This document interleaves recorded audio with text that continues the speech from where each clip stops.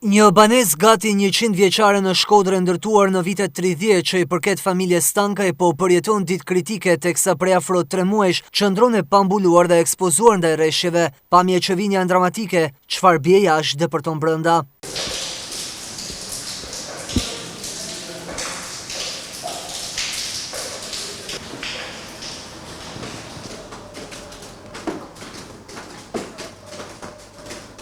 Në objektin që jetojnë dy të moshuar, 78 dhe 87 vjeçar me fit dhe havanuria, nuk mund të flitet më për shtëpi pasi gjithçka është shkatruar. Situata u përkeqësua kur, siç pretendojnë trashëgimtarët, një person i pa autorizuar hoqi në mënyrë të paligjshme çatinë origjinale prej tjegulle italiane për të ndërtuar një shtesë në katin e tretë. Çatia u zëvendësua me panele sanduiç, ndërhyrje që u konstatua si shkelje dhe u shoqërua me xhoba dhe një vendim për prishjen e ndërtimit pa leje, vendim që sipas familjes nuk u ekzekutua plotësisht. Pas ankesave të shumta në policinë e shtetit, atë bashkiake, IMT dhe IKMT, autoritetet ndërhyn vetëm pjesërisht. U hoq mbulesa prej sanduiçi, por jo shtesa e katit dhe nuk u vendos shati e re, që në 25 shtatori i këtij viti, banesa ka mbetur pasi mbrojtje ndaj kushteve atmosferike. Vetëm ujë ka këtu, kur gjatë tjetër.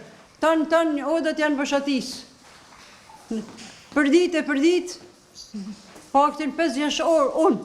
Edhe faleminderit edhe këtyne mesat që vinë me nani mu, se në me ujë dhe një këshoj ke për ditë. Jena në kubal, të ime, të bashkia i kena thënë njeni të tjetër, nësë në venë veshkosh zoti, ne jena pensionista, ne kena punu në zinë telave dhone dhe burë, në kam punu në zyret financë, burë i ka punu në, ka ba projekte makinerish, nësë në venë vësh, nuk në venë veshkosh se ne jena pensionista, pensionisti s'ka rëndësi, të venë veshkosh as njefkush. Gjendja është kjo, sepse për 4 vitesh, kemi kërku pezullimin e ndërtimit kundërligjshëm dhe veti më të Bashkia Shkodër pezulloi, xhobiti, konstatoi ndërtimin e kundërligjshëm, sikurse mori dhe vendimin e prishjes.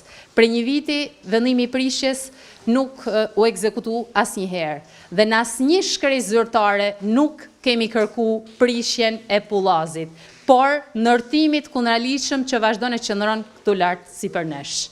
Dhe nga mos ekzekutimi i vendimit numër 995 datë 23 gusht 2024 jena në situatën që po shikoni ju vetë. Bashkia Shkodër ka pranuar zyrtarisht ekzistencën e shkeljes, por i ka udhëzuar familjarët i drejtohen fondit shqiptar të zhvillimit për ndërhyrje, ndërkohë fondi nuk mund të veprojë në objektin që ka një ndërtim të paligjshëm aktiv, duke e futur çështjen në një spirale burokratike ku institucionet ja hedhin fajin njëra tjetrës. Trashëgimtarët thonë se kanë dërguar letra ankesa për më shumë se një vit, por tani kërkojnë veprim konkret përpara se të ndodhë ndonjë tragjedi e parandalueshme.